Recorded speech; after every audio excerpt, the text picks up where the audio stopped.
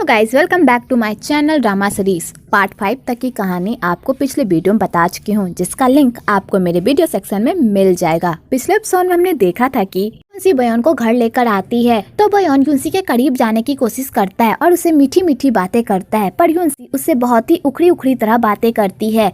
उसके बाद युनसी बयोन के लिए कपड़े निकालने जाती है ताकि वो चेंज कर सके, तो युनसी को वहाँ पर वंसा का स्कार्फ मिलता है। तो वो समझ जाती है कि बयोन किसी लड़की के साथ यहाँ पर आया था। तो युनसी बयोन का कपड़ा बाहर में रखकर वहाँ से जाने लगती है। तो बयोन कहता है, तुम इतनी जल्दी क्यों जा रही हो, क्या तुम रुक नहीं सकती? तो युनसी कहती है, मुझे काम है इसलिए मुझे जाना पड़ेगा। तो बयोन कहता है, अगर तुम्हें काम है तो फिर मैं तुम्हें नहीं रोकूंगा, लेकिन अगर तुम रुक जाती तो मुझे अच्छा लगता।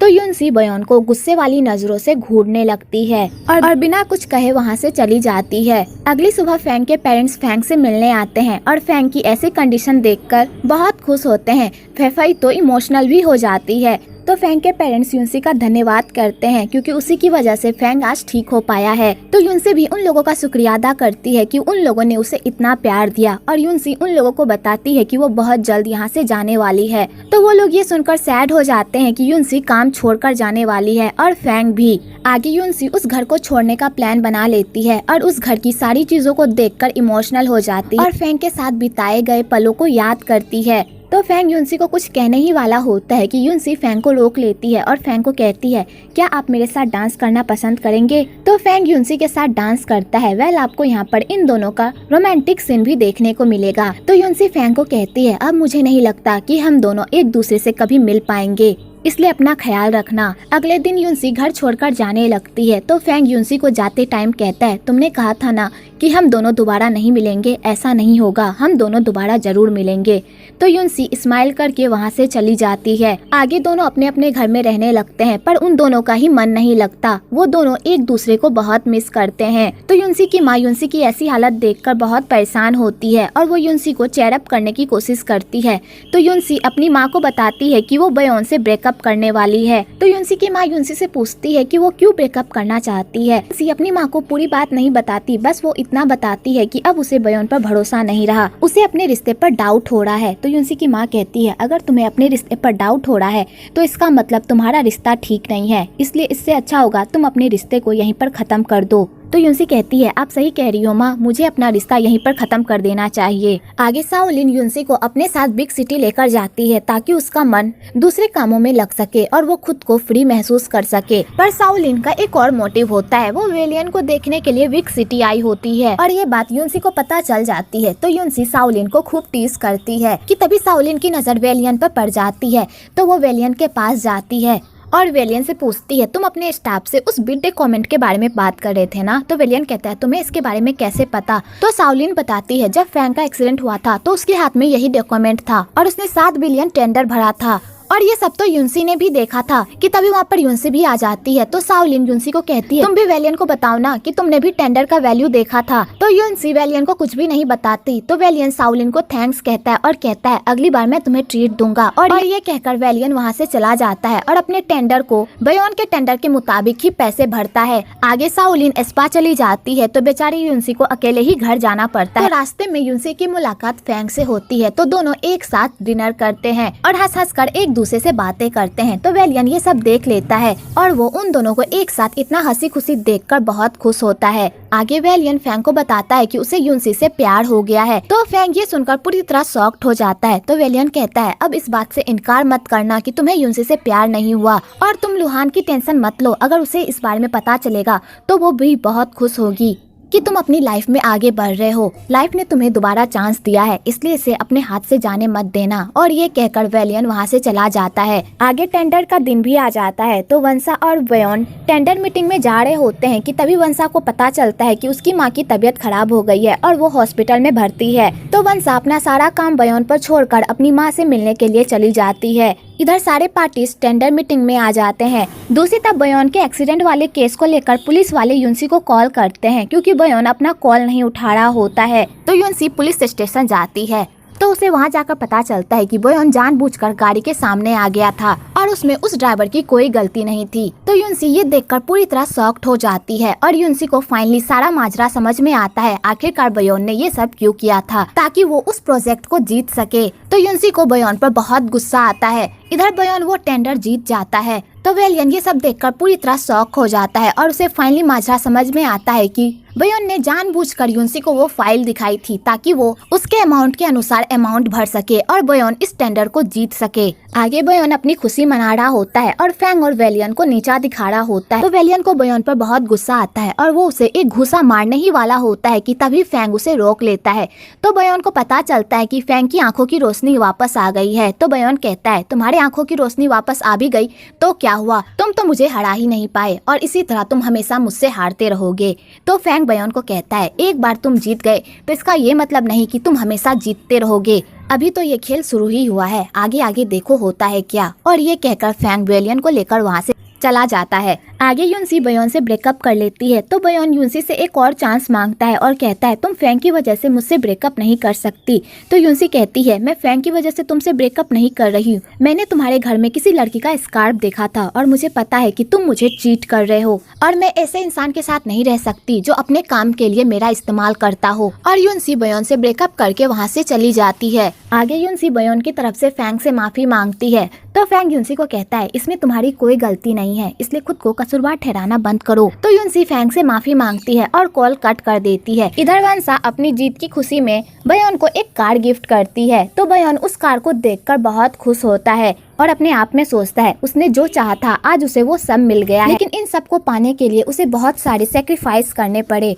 और बेचारा यही सोचकर सैड हो जाता है। तो अगले दिन फैंग युनसी से मिलने के लिए उसके घर जाता है। तो युनसी की माँ फैंग को बताती है कि युनसी अभी घर पर नहीं है, वो किसी शांत जगह पर गई है खुद को शांत करने के लिए। और युनसी की माँ फैंग को ये भी बताती है कि युनसी ने बोयन से ब्रेकअप कर लिया है। तो फैंग युनसी के पास जाता है और उसे समझाता है कि इसमें उसकी कोई गलती नहीं थी, इसलिए वो खुद को कसूरवार ठहराना बंद करे। और फैंग युनसी के सामने अपने प्यार का इजहार करने ही वाला होता है, पर वो नहीं कर पाता क्योंकि उसकी हिम्मत ही नहीं होती युनसी के सामने बोलने की। आगे फैंग युनसी को घर छोड़ता है। तो फैंग युनसी को कहता है, इस बात को अपने दिल पर मत लो और अपनी लाइफ खुशी खुशी जियो। और ये कहकर फैंग वहाँ से जाने लगता है।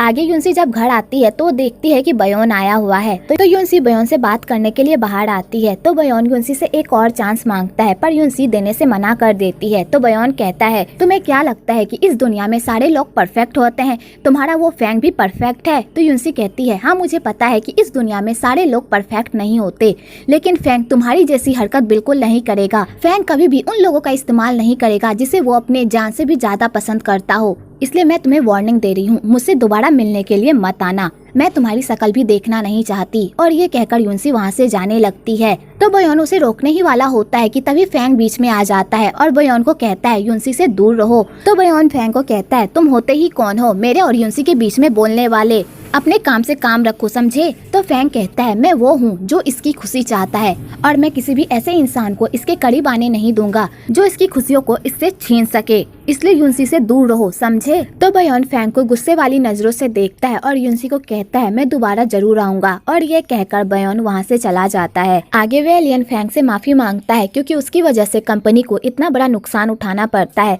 तो फैंग उसे माफ कर देता है और वेलियन को एक लैंड दिखाता है जहाँ पर वो अपना मॉल खोलना चाहता है। तो वेलियन कहता है, ये लैंड तो बहुत अच्छा है, लेकिन हमारे पास फंड नहीं है यहाँ पर मॉल बनाने के लिए। तो फैंग कहता है, तुम टेंशन मत लो, मेरे पास एक तरीका है जिससे हमारे पास ढेर सारा फंड आएगा और हम लोग आसानी से वहाँ पर मॉल बना पाएंगे। तो वेलियन के सुनकर खुश हो जाता है और कहता है, मेरे भाई के होते हुए मुझे टेंशन लेने की क्या जरूरत है। अगले दिन फैंग युनसी को ऑफिस बुलाता है और अपने ऑफिस में युनसी को अपनी असिस्टेंट बनने का ऑफर देता है। तो युनसी पहले तो मना कर देती है सेक्रेटरी के जॉब से, लेकिन फैंग के मनाने पर युनसी मान जाती है और फैंग के साथ उसकी सेक्रेटरी बनकर काम करने लगती है। आगे शाओलिन वेलियन से माफी मांगने जाती है और बेचारी बहुत हिम्मत जुटाकर उसके पास जाती है, पर वो माफी मांगने के बजाय वेलियन को अपने साथ डेट पर जाने को कहती है। तो वेलियन जैसे ये सुनता है तो वो खुश हो जाता है। और कहता है ठीक है हम दोनों डेट पर चलेंगे, हमें किस जगह जाना है मैं तुम्हें मैसेज कर दूंगा। और ये कहकर वेलियन वहाँ से चला जाता है। तो यूनसी भी ये सब देखकर तो पूरी तरह शॉक्ड हो जाती है। आगे शाओलिन अपने किए पर पछताती है कि वो यहाँ पर माफी मांगने आई थी, पर उसने तो उसे डेट के लिए पूछ लिया। तो यूनसी शाओलिन को टीज करती है वेलियन को लेकर। तो शाओलिन भी पीछे नहीं हटती और वो भी यूनसी को फैंग को लेकर टीज करने लगती है। आपको यहाँ पर इन दोनों दोस्त की खट्टी मीठी नोकझोंक भी देखने को मिलेगी। इधर मिस्टर गू वंसा के पास जाते हैं अपने सारे शेयर्स बेचने के लिए।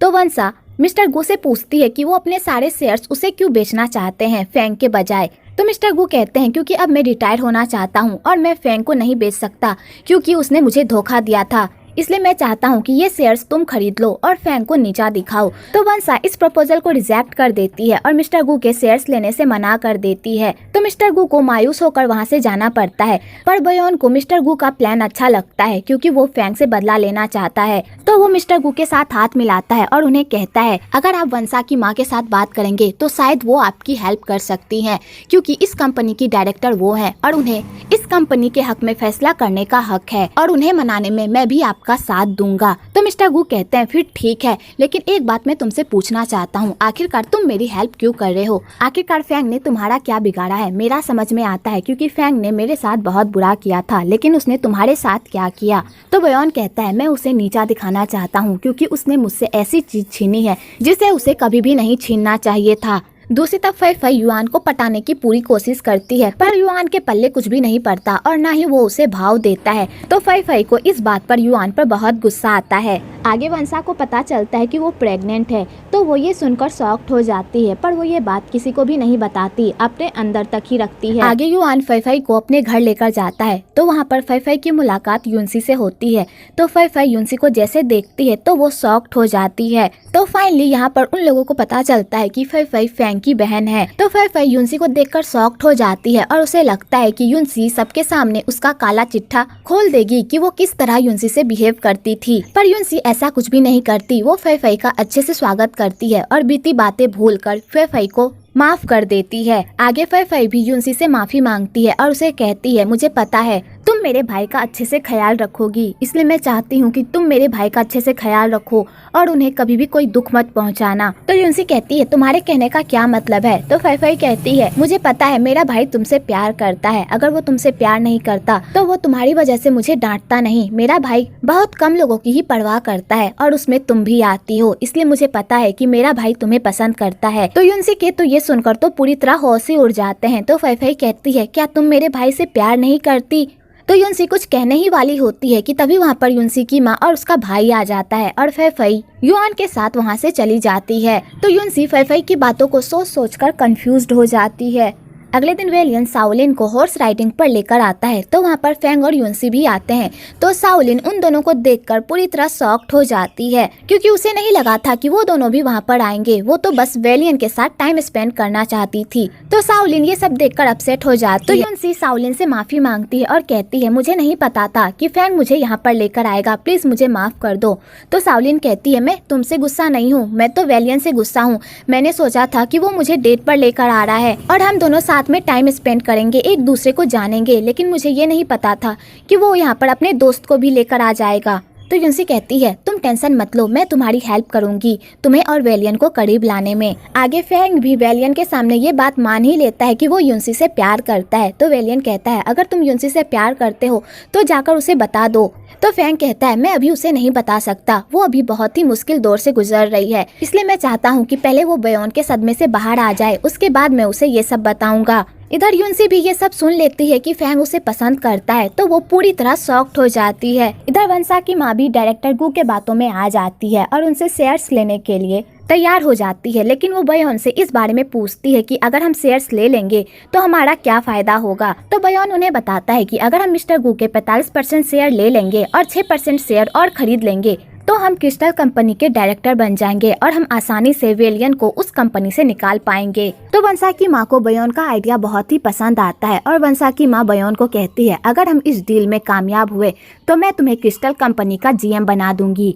तो बयोन ये सुनकर तो पूरी तरह खुश हो जाता है, पर वंसा को उन दोनों की बातों में जरा भी इंटरेस्ट नहीं होता। आगे बयोन मिस्टर गू से सारे शेयर्स खरीद लेता है और उसके बाद वो लोग बोर्ड मीटिंग में जाते हैं और वेलियन को डायरेक्टर पद से हटाने की कोशिश करते हैं, लेकिन तभी उन लोगों को पता चलता है जिससे उन लोगों ने 6% शेयर खरीदने की बात की थी, वो बंदा अपने बातों से मुकर गया है और उसने 6% शेयर बेचने के लिए मना कर दिया है। तो बंसा और बयोन जैसे ये सुनते हैं तो उनकी आंखें फटी की फटी ही रह जाती है और वेलियन उन लोगों की ऐसी हालत पर खूब हंसता है। वेल यहाँ का प्लान ये होता है कि ये सारा प्लान फैंग का होता है। वो मिस्टर गू के जरिए से बयोन को सबक सिखाना चाहता था और अपने नए मॉल को बनाने के लिए फंड निकालना चाहता था और फैंग का ये प्लान काम भी कर जाता है। बयोन उसकी जाल में फंस जाता है, जिस वजह से बयोन की कंपनी को काफी नुकसान उठाना पड़ता है और बयोन की कंपनी से जो मिला हुआ पैसा होता है वो फैंग अपने नए मॉल को बनाने में इस्तेमाल करता है। दूसरी तरफ फै फै युनसी से मिलने आती है और उसे अपने साथ शॉपिंग पर लेकर जाती है क्योंकि फै फै युआन के लिए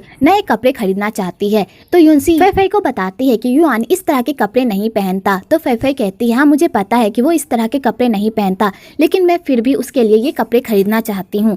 तो युनसी फै फै से पूछती है क्या तुम युआन से प्यार करती हो? तो फै फै कहती है हाँ मैं उससे प्यार करती हूँ। तो युनसी कहती है तुम्हें पता है ना कि युआन एक प्रीस्ट है? तो फै फै कहती है हाँ मुझे पता है और मुझे इसी वजह से तो युआन से प्यार हुआ है। आगे फै फै युआन को वो कपड़े लाकर देती है पर युआन लेने से मना कर दे और कहता है तुमने इतने पैसे बर्बाद क्यों किए? अगर तुम्हारे पास इतना ही पैसा है तो तुम उसे दान कर देती। तो फै फै कहती है अगर तुम चाहते हो मैं दान कर दूं तो मैं दान भी कर दूंगी, लेकिन ये कपड़े तुम्हारे लिए हैं। पर युआन फिर भी लेने से मना कर देता है। तो फै फै कहती है ठीक है मैं ये सारे कपड़े दान कर दूंगी, लेकिन कम से कम तुम्हें ये कोट लेना होगा क्योंकि ये कोट रिटर्न नहीं होगा और तुम्हें ये कोट किसी भी हालत में पहनना होगा। और फै फै युआन को वो मैचिंग कोट देकर वहाँ से चली जाती है। इधर बयोन को डायरेक्टर काम से निकाल देती है क्योंकि बयोन की वजह से कंपनी को काफी नुकसान होता है और कंपनी बयोन से उसका सारा सामान छीन लेती है और बेचारा सड़क पर आ जाता है। तो बयोन वंसा के पास जाता है और उसकी कार की लौटा देता है। तो बयोन वंसा को दवाई लेते हुए देख लेता है। तो वो पूछता है क्या तुम्हारी तबीयत खराब है? तो वंसा कहती है नहीं बस मैं विटामिन ले रही हूँ। और वंसा बयोन को ये बात नहीं बताती कि वो प्रेग्नेंट है। तो बयोन कहता है ओ, और ये कहकर वो वहाँ से चला जाता है। उसके बाद बयोन फैंग के पास जाता है और कहता है मुझे पता है कि ये सब तुमने किया है। तो फैंग कहता है मैंने कुछ भी नहीं किया, मैंने तो मिस्टर गू को सिर्फ तुम्हारे पास भेजा था और वंसा ने उस ऑफर को रिजेक्ट भी कर दिया था, लेकिन तुम अपनी हरकतों से बाज कहाँ आने वाले थे? तुम्हारे मन में लालच आ गया और तुमने खुद ही ये सब किया है, इसलिए इसका दोष मुझे मत दो, समझे? मैंने तो बस एक तुक्का मारा था, इसमें तुम खुद ही फंस गए, तो इसमें मेरी क्या गलती? तो बयोन कहता है तुमने मुझसे सब कुछ छीन लिया है, लेकिन तुम मुझसे युनसी को नहीं छीन पाओगे क्योंकि मैंने अभी तक गिव अप नहीं किया है। और ये कहकर बयोन वहाँ से चला जाता है। तो फैंग ये सुनकर थोड़ा डर जाता है कि कहीं बयोन की वजह से वो युनसी को ना खो दे। और यहीं पर पार्ट 6 खत्म होता है। अगर आपको ये वीडियो अच्छी लगी हो तो एक लाइक जरूर करें और मेरे चैनल को सब्सक्राइब करना तो बिल्कुल ना भूले। Hello guys, welcome back to my channel drama series. Part 5 तक की कहानी आपको पिछले वीडियो में बता चुकी हूँ, जिसका लिंक आपको मेरे वीडियो सेक्शन में मिल जाएगा। पिछले एपिसोड में हमने देखा था कि वंसा बयोन को ये बात नहीं बताती कि वो प्रेग्नेंट है। तो बयोन कहता है ओ, और ये कहकर वो वहाँ से चला जाता है। उसके बाद बयोन फैंग के पास जाता है और कहता है मुझे पता है कि ये सब तुमने किया है। तो फैंग कहता है मैंने कुछ भी नहीं किया, मैंने तो मिस्टर गू को सिर्फ तुम्हारे पास भेजा था और वंसा ने उस ऑफर को रिजेक्ट भी कर दिया था, लेकिन तुम अपनी हरकतों से बाज कहाँ आने वाले थे? तुम्हारे मन में लालच आ गया और तुमने खुद ही ये सब किया है, इसलिए इसका दोष मुझे मत दो, समझे? मैंने तो बस एक तुक्का मारा था, इसमें तुम खुद ही फंस गए, तो इसमें मेरी क्या गलती? तो बयोन कहता है तुमने मुझसे सब कुछ छीन लिया है, लेकिन तुम मुझसे युनसी को नहीं छीन पाओगे क्योंकि मैंने अभी तक गिव अप नहीं किया है। और ये कहकर बयोन वहाँ से चला जाता है। तो फैंग ये सुनकर थोड़ा डर जाता है कि कहीं बयोन की वजह से वो युनसी को ना खो दे। आगे फैंग युनसी को प्रपोज कर देता है और उसे अपने दिल की बात बता देता है कि वो उसे पसंद करता है। तो युनसी भी फैंग को एक्सेप्ट कर लेती है। उसके बाद फैंग युनसी को घर छोड़ने जाता है। तो युनसी की माँ बारिश की वजह से बहुत परेशान होती है क्योंकि उनके घर में पानी टपक रहा होता है। तो युनसी घर की ऐसी हालत देखकर बहुत हैरान होती है। तो फैंग युनसी की फैमिली को कुछ दिनों तक अपने घर में रहने को कहता है जब तक ये सब ठीक ना हो जाए। तो वो लोग फैंग की बात मान जाते हैं और वो लोग फैंग के घर में रहने के लिए चले जाते हैं। तो युनसी मन ही मन में मुस्कुरा रही होती है। तो युनसी की माँ कहती है आखिरकार बात क्या है, तुम अपने मन ही मन में इतना मुस्कुरा रही हो, क्या तुम अपनी माँ को नहीं बताओगी? तो युनसी अपनी माँ को बता देती है कि वो फैंग को डेट कर रही है। तो युनसी की माँ ये सुनकर तो शॉक्ड हो जाती है, पर वो अपनी बेटी के सामने ऐसा प्रिटेंड करती है कि जैसे वो भी खुश है। आगे युनसी सो जाती है। तो युनसी की माँ इसी मौके का फायदा उठाकर फैंग के पास जाती है और फैंग से पूछती है कि क्या वो सच में युनसी से प्यार करता है या फिर युनसी लुहान की तरह दिखती है इसलिए वो यूनसी से प्यार करता है। तो फैंग कहता है अगर मैं आपको कुछ भी कहूँगा तब भी आपको मेरी बातों पर भरोसा नहीं होगा। यूनसी और लोहान दोनों ही अलग अलग इंसान है। लोहान मेरे दिल में लोहान की अलग जगह है और यूनसी की अलग। मैं यूनसी से लोहान समझकर प्यार नहीं करता, मैं यूनसी को यूनसी समझकर प्यार करता हूँ, क्योंकि मुझे यूनसी जैसी है वैसी पसंद है और मैं कभी भी यूनसी को लोहान नहीं समझ सकता। तो यूनसी की माँ को ये सुनकर राहत महसूस होती है और वो फैंग को कहती है मेरी बेटी बहुत ही भोली है, वो अपने दिल की बात अपने दिल में ही छुपा कर रखती है, इसलिए प्लीज उसका अच्छे से ख्याल रखना और उसे कभी भी चोट मत पहुँचाना। तो फैंग कहता है आप टेंशन मत लीजिए आंटी, मैं कभी भी यूनसी को चोट नहीं पहुंचाऊंगा, मैं हमेशा उसे खुश रखूंगा। अगले दिन यूनसी ऑफिस जाती है तो वेलियन यूनसी को भाभी कहकर चिढ़ाता है और उसे खूब टीज करता है। उसके बाद यूनसी काम कर रही होती है कि तभी उसके हाथ में लुहान की फोटो लग जाती है। तो यूनसी को फाइनली ये पता चल जाता है कि लुहान और उसका जन्मदिन एक ही दिन आता है। तो फैंग यूनसी को फाइनली सारी सच्चाई बता देता है कि लुहान और वो दोनों जुड़वा बहन हैं। तो यूनसी जैसे ये सुनती है तो उसका पूरा जहान उलट पुलट हो जाता है और वो कहती है मेरी माँ ने मुझसे झूठ क्यों कहा, उन्होंने मुझसे इतना बड़ा सच क्यों छुपाया। तो फैंग कहता है तुम्हारी माँ ने तुमसे जानबूझकर कुछ भी नहीं छुपाया, वो बस इतना चाहती थी कि तुम कभी भी अनाथ जैसा फील ना करो और उन्होंने कभी भी तुम्हें प्यार देने में कमी नहीं दिखाई, उन्होंने तुम्हें सगी माँ से भी बढ़कर चाहा है, इसलिए प्लीज अपनी माँ को गलत मत समझना। तो यूनसी कहती है प्लीज मुझे थोड़ी देर के लिए अकेला छोड़ दीजिए। तो फैंग यूनसी को अकेला छोड़कर वहाँ से चला जाता है। आगे यूनसी घर जाती है तो वो अपनी माँ को गले लगा लेती है, क्योंकि उससे इस बात से कोई फर्क नहीं पड़ता कि वो अनाथ है, क्योंकि उसकी माँ ने उसे इतना प्यार दिया होता है कि उसे कोई और बात की तो फिक्र ही नहीं होती। तो फैंग ये सब देखकर बहुत खुश होता है। आगे फैंग और यूनसी बाहर तालाब के पास बैठे हुए होते हैं। तो यूनसी फैंग से एक प्रॉमिस लेती है कि वो आज के बाद उससे कुछ भी ना छुपाए। तो फैंग यूनसी से प्रॉमिस कर देता है। इधर यूनसी की माँ को भी पता चल जाता है कि यूनसी को ये बात पता है कि वो उसकी बेटी नहीं है। तो यूनसी की माँ भी डिसाइड करती है कि अगर यूनसी नहीं चाहती कि मुझे कभी पता चले कि मुझे ये सच्चाई पता है तो मैं भी उसके सामने ऐसा ही प्रिटेंड करूंगी जैसे मुझे भी कुछ नहीं पता। और फाइनली दोनों माँ बेटी का फिर से पैचअप हो जाता है। आगे याती किसी काम से तापाई आती है तो वो यूनसी से मिलती है। तो यूनसी याती को कहती है तुम इस बार तापाई आई हो तो चलो मैं तुम्हें पूरी तापाई घुमाती हूँ। कि तभी याती के दिल में दर्द होने लगता है और वो बेहोश हो जाती है। तो यूनसी याती को हॉस्पिटल लेकर जाती है और वहाँ पर यूनसी को पता चलता है कि याती का हार्ट ट्रांसप्लांट हुआ था। तो यूनसी याती को अपना अच्छे से ख्याल रखने को कहती है। आगे बयोन को भी पता चल जाता है कि वंसा प्रेग्नेंट है। तो बयोन वंसा को हॉस्पिटल लेकर जाता है एबॉर्शन करवाने के लिए और बयोन वंसा को कहता है ये हमारी गलती है, इसलिए इसकी रिस्पॉन्सिबिलिटी तुम ही नहीं लोगी, मैं भी लूंगा। अगर तुम ये बच्चा नहीं चाहती तो चलो इसे अबॉर्ट करवा देते हैं। तो वंसा कहती है इस बच्चे से तुम्हारा लेना देना नहीं है और मैं अपने बच्चे के साथ क्या करती हूँ ये फैसला मेरा होगा। और ये कहकर वंसा वहाँ से चली जाती है। वेल बयोन को देखकर लगता है कि वो अपने बच्चे का इस्तेमाल अपने किसी मकसद के लिए जरूर करेगा आगे चलकर। आगे बयोन और यूनसी साथ में बहुत टाइम स्पेंड करते हैं, एक दूसरे को जानते हैं और साथ में मन लगाकर काम करते हैं। आगे युआन को भी पता चल जाता है कि फै फई उसे पसंद करती है। तो युआन फै फई को डायरेक्टली बता देता है कि वो उसे पसंद नहीं कर सकता और ना ही वो उसके साथ अपनी लाइफ गुजारने के बारे में सोच सकता है, क्योंकि वो एक प्रिस्ट है। तो फै फई का ये सब सुनकर तो दिल ही टूट जाता है और वो गुस्सा करके वहाँ से चली जाती है। और फै फई यूनसी को इस बारे में पूरी बात बताती है। तो यूनसी फै फई को कहती है मैंने तुम्हें पहले ही कहा था कि युआन एक प्रिस्ट है और उसका बचपन से ही सपना था कि वो एक प्रिस्ट बने। तो फै फई कहती है मैं उसे पसंद करती थी, वो मुझे पसंद नहीं करता तो भी चलता, लेकिन उसे डायरेक्टली ये सब बोलने की क्या जरूरत थी। अब हम दोनों दोस्त भी नहीं रहे, अब मैं उससे मिल भी नहीं सकती। तो यूनसी फै फई को संभालती है। आगे यूनसी युआन को समझाती है कि वो फै फई को एक मौका दे। तो युआन कहता है मैं एक प्रीस्ट हूँ, मैं उसके साथ अपनी लाइफ नहीं बिता सकता। तो यूनसी युआन को बताती है कि हमारी माँ का एक सपना था तुम अपना घर बसाओ और उन्हें पोते पोतियों का सुख दो, लेकिन माँ ने तुम्हें ये बात इसलिए नहीं बताई क्योंकि तुमने पहले ही डिसाइड कर लिया था कि तुम प्रीस्ट बनोगे। तो युआन ये सब सुनकर सोच में पड़ जाता है।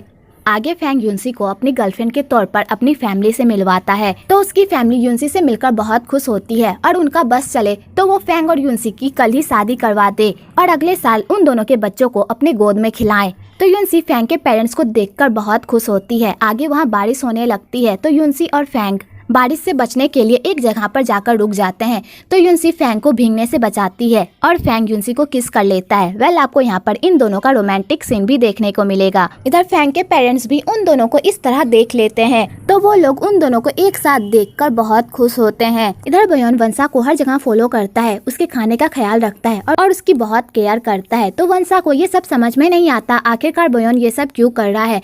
तो वंसा बयोन को कहती है तुम ये सब इसलिए कर रहे हो ना ताकि तुम कंपनी में वापस आ सको। तो बयोन कहता है तुम्हें जो सोचना है सोच लो, मैं बस इस बच्चे को हेल्दी देखना चाहता हूँ और तुम्हें भी। आगे याती फैंग के बिग सिटी में आती है अपने कुकीज का प्रमोशन करने के लिए। तो वहाँ उसकी मुलाकात फैंग और यूनसी से होती है। तो याती फैंग को थैंक्स कहती है कि उसने उसके पापा का सारा कर्जा चुका दिया। तो फैंग कहता है तुमने मेरी इतनी हेल्प की थी तो मैं तुम्हारी इतनी सी हेल्प नहीं कर सकता। तो याती के पापा और याती दोनों ही फैंग का शुक्रिया अदा करते हैं। तो यूनसी याती को प्रमोशन स्टोर लेकर जाती है और फैंग याती के पापा के साथ बातचीत करता है। तो फैंग को याती के पापा से पता चलता है कि याती का हार्ट ट्रांसप्लांट हुआ था और जिसने याती को दिल दिया था वो दिल किसी और का नहीं बल्कि लुहान का था। तो फैंग जैसे ये सुनता है तो वो पूरी तरह शॉक्ड हो जाता है और फैंग वेलियन को इस बारे में बताता है। तो वेलियन फैंग से कहता है क्या तुम श्योर हो कि याती के दिल के अंदर लुहान का दिल है? तो फैंग कहता है हाँ मैं श्योर हूँ। तो वेलियन ये सब सुनकर शॉक्ड हो जाता है। आगे फैंग याती से मिलता है तो वो उसको ऑब्जर्व करता है और वो पूरी मुमकिन कोशिश करता है कि वो याती की हर विश पूरी कर सके। आगे फैंग यूनसी को बता देता है कि याती के अंदर लुहान का दिल है। तो यूनसी ये सुनकर शॉक्ड हो जाती है और फैंग को कहती है जब भी मैं याती से मिलती थी तो मुझे उससे अपनी बहन वाली फीलिंग आती थी और याती भी हमेशा से चाहती थी कि उसकी मेरी जैसी ही एक छोटी बहन हो। तो फैंग कहता है इसलिए मैं चाहता हूँ कि मैं याती का पूरा ख्याल रखूँ क्योंकि उसके अंदर लुहान का दिल है। और फैंग याती को अपनी बिग सिटी में एक दुकान देता है जहाँ पर वो अपनी कुकीज का दुकान खोल सकती है। तो याती ये सुनकर खुश हो जाती है और यूनसी याती को अपने घर में रहने की जगह भी देती है और यूनसी याती का अपनी बहन की तरह ख्याल रखती है और याती को भी यूनसी में अपनी छोटी बहन दिखती है। वेल आपको यहाँ पर इन दोनों बहनों की बॉन्डिंग भी देखने को मिलेगी। आगे याती को पता चल जाता है कि लुहान की बहन कोई और नहीं बल्कि यूनसी है। तो याती ये देखकर बहुत खुश होती है और वो डिसाइड करती है कि वो अपनी बहन को दुनिया की सारी खुशियाँ देगी और वो उसके साथ पूरी जिंदगी रहेगी। और याती यूनसी के साथ टाइम स्पेंड करती है। इधर फैंग टीवी पर एक इंटरव्यू देने जाता है जहाँ पर वो अपने मॉल का प्रमोशन भी कर सके और लोगों को अपने नजरिए के बारे में बता भी सके। तो रिपोर्टर फैंग से उसके बिजनेस से रिलेटेड सारे सवाल पूछती है, लेकिन लास्ट में वो रिपोर्टर फैंग से पूछती है क्या तुम्हारी कोई गर्लफ्रेंड है? तो फैंग पूरी दुनिया के सामने ये बता देता है कि यूनसी उसकी गर्लफ्रेंड है। तो याती जैसे ही ये देखती है तो उसके दिल में दर्द होने लगता है और वो सोचने लगती है कि उसका प्यार इतनी जल्दी उसे भुलाकर किसी और से प्यार कैसे कर सकता है और वो भी उसकी बहन से। और याती ये सब सोच कर रोने लगती है और वो बेहोश हो जाती है कि तभी वहाँ पर यूनसी की माँ आ जाती है और वो याती को हॉस्पिटल लेकर जाती है। दूसरी तरफ बयोन भी ये सब देख लेता है तो बेचारा गुस्से से तो पूरी तरह पगला ही जाता है। आगे जब यूनसी को याती के बारे में पता चलता है तो फैंग और यूनसी दोनों ही हॉस्पिटल जाते हैं। तो वहाँ पर डॉक्टर उन लोगों को बताते हैं कि याती को रिएक्शन हो गया है दिल की वजह से। शायद उसने कुछ ऐसा सुन लिया या उसने कुछ ऐसा देख लिया जिस वजह से उसका दिल रिएक्ट कर गया और उसे रिएक्शन हो गया है, जिस वजह से उसकी ऐसी हालत हो गई है। तो फैंग ये सुनकर शॉक्ड हो जाता है। तो यूनसी फैंग को कहती है मैं याती के पास रुकती हूँ, तुम जाओ काम पर। कि तभी वहाँ पर याती की आंटी भी आ जाती है और याती की आंटी यूनसी और फैंग को कहती है मैं याती का ख्याल रख लूंगी, अब तुम लोग जाओ और घर जाकर आराम करो। तो फैंग यूनसी को घर छोड़ता है और उसके बाद फैंग सैड रहता है और उसे लगता है कि कहीं शायद याती की हालत उसकी वजह से तो नहीं हुई है, क्योंकि उसने पूरी दुनिया के सामने ये ऐलान कर दिया था कि यूनसी उसकी गर्लफ्रेंड है और याती ने ये न्यूज भी देखा था। शायद इस वजह से याती को रिएक्शन तो नहीं हो गया। तो यूनसी भी याती की कंडीशन को लेकर परेशान होती है और फैंग ये सब देख लेता है। तो दोनों एक दूसरे का दुख दर्द बांटते हैं और कहते हैं चाहे कुछ भी हो जाए हम दोनों एक दूसरे का साथ नहीं छोड़ेंगे। आगे याती की आंटी को पता चल जाता है कि याती को किस बात से रिएक्शन हुआ था। तो याती की आंटी कहती है तुम जाकर फैंग को बता दो कि तुम उसे पसंद करती हो। तो याती कहती है मैं ऐसा नहीं कर सकती, लेकिन मैं उन दोनों को एक साथ नहीं देख पा रही। जब भी मैं उन दोनों को एक साथ देखती हूँ तो मेरा दिल जोरों से दर्द करने लगता है, ऐसा लगता है कि कोई मुझे तिल तिल कर मार रहा है। आप ही बताओ मैं क्या करूँ? तो याती की आंटी याती की ऐसी हालत देखकर बहुत अपसेट होती है। इधर यूनसी भी उन दोनों की बातें सुन लेती है और यूनसी को भी पता चल जाता है याती को रिएक्शन उस न्यूज को देखकर हुई थी। तो यूनसी ये सुनकर पूरी तरह शॉक्ड हो जाती है कि तभी वहाँ पर बयोन भी आ जाता है और बयोन भी याती की सारी बातें सुन लेता है। तो बयोन यूनसी से बात करने की कोशिश करता है पर यूनसी बयोन से बात नहीं करती और वहाँ से चली जाती है। बेल बयोन को देखकर लग रहा है कि वो याती को लेकर भी कुछ न कुछ जरूर प्लान करेगा फैंग से बदला लेने के लिए। आगे फै फै युआन को डायरेक्टली कह ही देती है कि वो कब तक उससे छुपता फिरेगा। अगर तुम मुझ में इंटरेस्टेड नहीं हो तो कोई बात नहीं, लेकिन कम से कम हम दोनों फ्रेंड्स तो बन सकते हैं ना। तो युआन याती को फिर से अपनी दोस्त बना लेता है, लेकिन उन दोनों में पहले वाली बॉन्डिंग नहीं रहती। आगे फैंग और युनसी एक बिजनेस ट्रिप पर जाते हैं तो युनसी जानबूझकर एक ही कमरा बुक करती है ताकि वो फैंग के साथ टाइम स्पेंड कर सके और ये बात फैंग को भी पता होती है। तो दोनों वहाँ पर खूब मजे करते हैं, साथ में टाइम स्पेंड करते हैं और दोनों एक दूसरे से अपने दिल की बातें शेयर करते हैं। आगे युनसी फैंग को अपने पास सोने को कहती है तो फैंग हिचकिचाने लगता है तो युनसी उसे अपने पास खींच लेती है और दोनों एक साथ एक रात बिताते हैं। दूसरी तरफ बयोन वंशा को पटाने में पूरी तरह लगा पड़ा होता है ताकि वो कंपनी में वापस आ जाए, पर वंशा को बयोन के इस इरादे के बारे में बिल्कुल पता नहीं होता और वो उसके जाल में फंस भी जाती है। तो वंशा को लगता है कि बयोन बहुत ही तकलीफ में है। वेल इस कमीने बयोन को देखकर लग रहा है कि उसे अपने बच्चे जरा सी भी फिक्र नहीं है, बस उसे अपने मतलब से काम है। आगे वंशा की मॉम का एक्सीडेंट हो जाता है और वो कोमा में चली जाती है और ये बात पूरी कंपनी में फैल जाती है। तो सारे कंपनी वाले वंशा और उसकी मॉम को कंपनी से निकालने की कोशिश करते हैं। तो बयोन वंशा को कहता है मुझे पता है कि तुम्हारी कंपनी में प्रॉब्लम चल रही है, तो तुम मुझसे हेल्प क्यों नहीं मांग लेती, मैं भी तुम्हारी हेल्प कर सकता हूँ। तो वंशा बयोन को कुछ भी नहीं कहती। तो बयोन वंशा को घर छोड़ता है और कहता है अपना ख्याल रखना। और बयोन अपनी चुपड़ी चुपड़ी बातों से वंशा को पटाने की कोशिश करता है और वंशा भी इतनी बेवकूफ होती है कि वो बयोन की चुपड़ी चुपड़ी बातों से पट भी जाती है। अगले दिन फैंग की मुलाकात वंशा से हॉस्पिटल में होती है। तो फैंग वंशा को कहता है अगर तुम्हें किसी चीज की भी जरूरत पड़े तो तुम मुझे बेहिचक बता सकती हो। तो वंशा कहती है ठीक है। तो फैंग युनसी को लेकर वहाँ से चला जाता है। तो वंशा को पता चल जाता है कि फैंग और युनसी रिलेशनशिप में है। आगे फैंग और युनसी याती से मिलने जाते हैं तो उन्हें पता चलता है कि याती अपने पापा के साथ हॉस्पिटल से चली गई है, वो भी बिना किसी को बताए। तो वो लोग टेंशन में आ जाते हैं कि याती ऐसी हालत में हॉस्पिटल से कैसे जा सकती है। तो वो लोग याती के बारे में हर जगह पता लगाने की कोशिश करते हैं कि आखिरकार वो लोग कहाँ चले गए, पर उन लोगों को कुछ भी पता नहीं चलता कि तभी बयोन युनसी को कॉल करता है और उसे बताता है कि उसे पता है कि याती कहाँ है। तो फैंग और युनसी दोनों ही बयोन से मिलने जाते हैं। तो फैंग बयोन से पूछता है याती कहाँ है। तो बयोन कहता है मैं तुम्हें नहीं बताऊंगा, मैं बस युनसी को बताऊंगा। तो युनसी फैंग को कुछ देर के लिए बाहर जाने को कहती है और बयोन से बात करती है। तो बयोन युनसी को कहता है क्या तुम फैंग के साथ खुश रह पाओगी। तो युनसी कहती है अभी मेरे पास इस बकवास के लिए कोई टाइम नहीं है, इसलिए बताओ याती कहाँ है। तो बयोन युनसी को वो एड्रेस दे देता है और वहाँ से चला जाता है। आगे वो दोनों याती के घर जाते हैं और बेल बजाते हैं पर कोई भी बाहर नहीं आता। तो उन लोगों को लगता है कि बयोन ने उसे गलत एड्रेस दिया है। तो वो लोग सैड होकर जाने लगते हैं कि तभी रास्ते में उन लोगों को याती के पापा मिल जाते हैं। तो फैंग कहता है क्या सच में आप लोग यहाँ पर रहते हैं, लेकिन मैंने अभी अभी बेल बजाया पर कोई भी बाहर नहीं निकला। तो याती के पापा कहते हैं ऐसा कैसे हो सकता है, याती तो घर में ही है। कि तभी उन लोगों को ख्याल आता है कहीं याती की तबीयत तो खराब नहीं हो गई। तो वो लोग दौड़कर घर के अंदर जाते हैं तो देखते हैं कि याती नीचे बेहोश पड़ी हुई है। तो वो लोग याती को हॉस्पिटल लेकर जाते हैं और उसका ट्रीटमेंट करवाते हैं। और फैंग याती को कहता है जब तक तुम्हारी ट्रीटमेंट पूरी नहीं हो जाती तब तक तुम यहाँ से नहीं जा सकती। तो याती को मजबूरन फैंग की बात माननी पड़ती है। तो युनसी कहती है मैं याती के पास रुकती हूँ, मैं उसका ख्याल रख लूंगी। तो आंटी कहती है मैं यहीं पर हूँ और तुम लोगों को काम पर भी तो जाना होगा, तुम लोग काम पर जाओ, मैं याती का ख्याल रख लूंगी। तो फैंग और युनसी वहाँ से चले जाते हैं। तो रास्ते में फैंग को एक डॉक्टर मिल जाता है। तो वो लोग रिपोर्ट के बारे में डिस्कस करने लगते हैं कि तभी युनसी को ख्याल आता है कि वो अपना मोबाइल फोन भूल गई है। तो वो फैंग को कहती है शायद मैं अपना मोबाइल फोन रूम में ही भूल गई हूँ, मैं उसे लेकर आती हूँ। और युनसी मोबाइल फोन लेने के लिए चली जाती है। इधर डॉक्टर याती को बताते हैं कि तुम्हारी रिपोर्ट आ गई है और तुम्हारी रिपोर्ट के अनुसार तुम्हारी तबीयत बिल्कुल ठीक नहीं है और अगर तुम इसी तरह करती रही तो शायद तुम्हारा दोबारा हार्ट ट्रांसप्लांट करना पड़े। अगर इसलिए तुम्हें किसी चीज की टेंशन है या तुम्हारे दिल पर कोई बोझ है तो जल्दी से उसे हल कर लो। अगर तुम्हारे मन में कोई बात है और वो तुम किसी से कहना चाहती हो तो तुम उसे कह दो, तभी शायद तुम्हारी तबीयत थोड़ी ठीक हो पाए। और डॉक्टर ये कहकर वहाँ से चले जाते हैं। तो युनसी ये सब सुन लेती है और वो पूरी तरह शॉक्ड हो जाती है और रोते रोते जाकर याती को गले लगा लेती है और कहती है डॉक्टर अभी क्या कह रहे थे, तुम्हारे दिल पर कौन सा बोझ है। तो याती युनसी को कुछ भी नहीं बताती, पर युनसी को पता होता है कि याती के दिल पर कौन सा बोझ है और वो इसी बात को लेकर याती को गले लगाकर खूब रोती है। आगे युनसी फैंग से झूठ बोलती है कि उसकी माँ की तबीयत खराब है, इसलिए वो कुछ दिनों की छुट्टी चाहती है। तो फैंग भी खुशी खुशी उसे छुट्टी दे देता है। तो युनसी सैड होकर घर चली जाती है।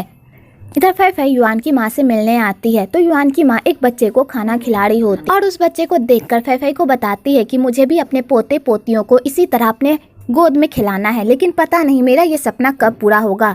तो युआन पीछे से ये सब सुन लेता है और उसे बहुत ही बुरा लगता है कि वो अपनी माँ के लिए कुछ भी नहीं कर पा रहा। आगे युनसी भी घर आ जाती है तो वो युआन को घर लेकर आती है। तो फै फै युआन को देखकर वहाँ से चली जाती है सबको बाय कहकर।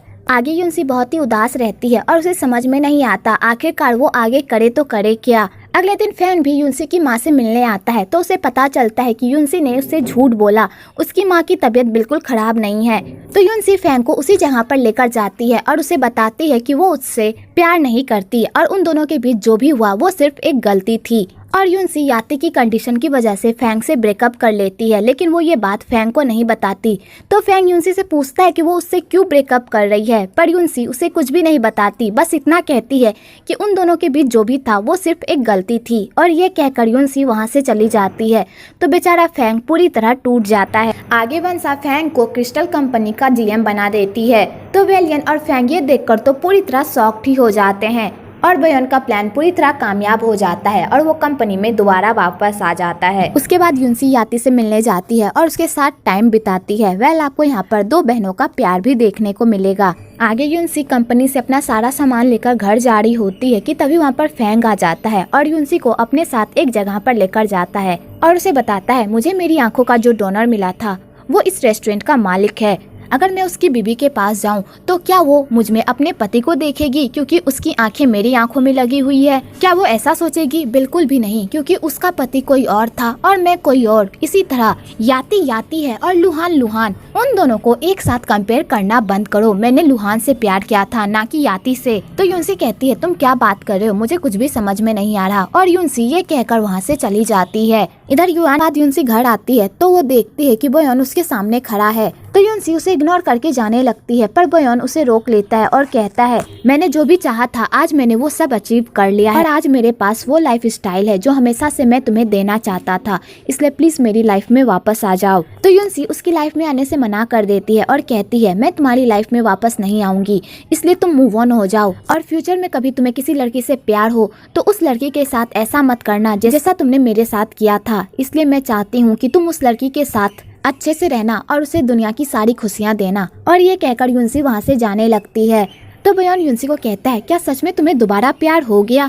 तो युनसी उसकी बातों का जवाब नहीं देती और घर के अंदर चली जाती है। आगे युनसी की माँ को युनसी की हालत देखकर समझ में आ जाता है कि उसके और फैंग के बीच कुछ न कुछ जरूर हुआ है। तो युनसी की माँ युनसी से पूछती है कि उन दोनों के बीच क्या हुआ है। तो युनसी पहले तो बताने से मना कर देती है, लेकिन युनसी की माँ की जिद करने पर युनसी उन्हें सारी सच्चाई बता देती है। तो युनसी की माँ कहती है, युनसी मैं तुम्हारा इस फैसले में तुम्हारा साथ नहीं दे सकती। तो युनसी कहती है, माँ आप ऐसा क्यों कह रही हैं? आपने कहा था ना कि आप मेरे सारे डिसीजन में मेरा साथ देंगी, फिर इसमें क्यों नहीं देंगी? तो युनसी की माँ कहती है, क्योंकि इस डिसीजन में मेरी बेटी खुश नहीं है और जिस डिसीजन में मेरी बेटी खुश नहीं है मैं उस डिसीजन में तुम्हारा साथ नहीं दे सकती।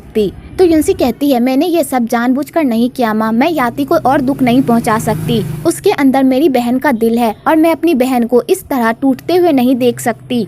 और याती को भी पता है कि उसके अंदर जो दिल है वो मेरी बहन का दिल है और याती को देखकर मुझे हमेशा अपनी बहन जैसी फील आती है, इसलिए मुझे अपनी बहन के खातिर ये सब करना होगा। तो युनसी की माँ कहती है, क्या ये बात फैंग को पता है? तो युनसी कहती है, नहीं। डिसाइड कर लेता है कि वो अपनी माँ की सारी इच्छाओं को पूरा करेगा और फादर बनने की राह को हमेशा हमेशा के लिए छोड़ देगा। और युआन अपनी माँ को भी ये बात बताता है। तो उसकी माँ उससे पूछती है कि आखिरकार उसने अचानक ऐसा फैसला क्यों किया? तो युआन कहता है, मैं हमेशा से सेल्फिश था, मैंने सिर्फ हमेशा अपने बारे में सोचा, आपके बारे में और युनसी के बारे में सोचा ही नहीं। मेरी लाइफ में आप दोनों ज्यादा इम्पोर्टेंट हो प्रीस्ट बनने से। अब से मैं आप दोनों के लिए जीना चाहता हूँ और आपकी सारी इच्छाओं को पूरा करना चाहता हूँ। तो युनसी की माँ ये सुनकर इमोशनल हो जाती है और युआन को गले लगा लेती है। दूसरी तरफ फैंग याती से मिलने जाता है और उससे ढेर सारी बातें करता है। तो याती फैंग को कहती है, मैं हमेशा चाहती हूँ कि तुम अपनी लाइफ में आगे बढ़ो, खुश रहो और मेरी यही ख्वाहिश है कि तुम हमेशा खुश रहो। तो फैंग ये सुनकर इमोशनल हो जाता है और याती का हाथ पकड़ के खूब रोता है। और यहीं पर पार्ट 6 खत्म होता है। अगर आपको ये वीडियो अच्छी लगी हो तो एक लाइक ज़रूर करें और मेरे चैनल को सब्सक्राइब करना तो बिल्कुल ना भूलें।